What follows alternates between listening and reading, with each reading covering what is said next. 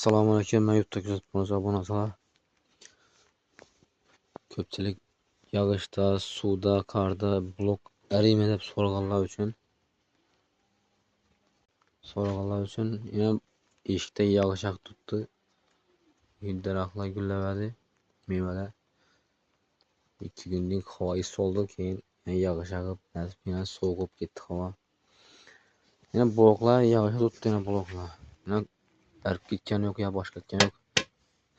Ses evvelki yine bulmak bassam bulmak basa yerler izgar vaqti basagan bo'lar.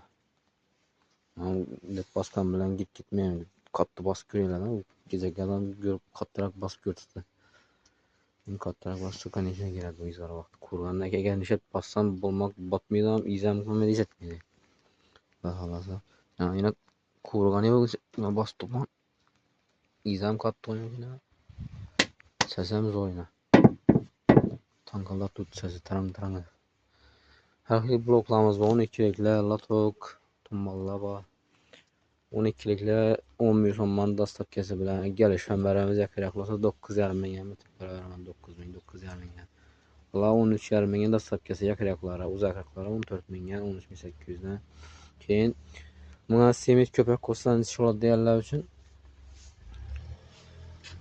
onda yine semit koşulan olanımız var. Buna 7 kilo semit koşulan işine 2-3 sene opşi 7 kilo koşulan. Bir karladılar, o 7 kilo, bir karlanda 7 kilo koşamam.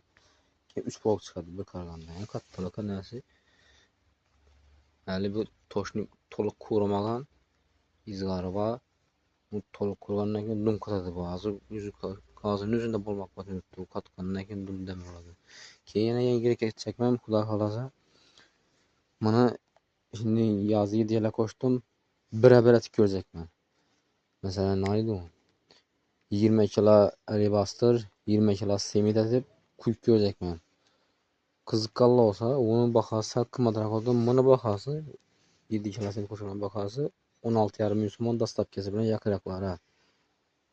Uzaklıklara köprek alamam diyen olmasa zakat bilen koyamam bunu. Dastapkesine ötüp veremem. Keyin bu yankı yarıma lekin sal kımadırak oldu. Bu 20 Müslüman ortaklar oldu. 20'den ziyade rakam buluşuyor dastapkesi bilen.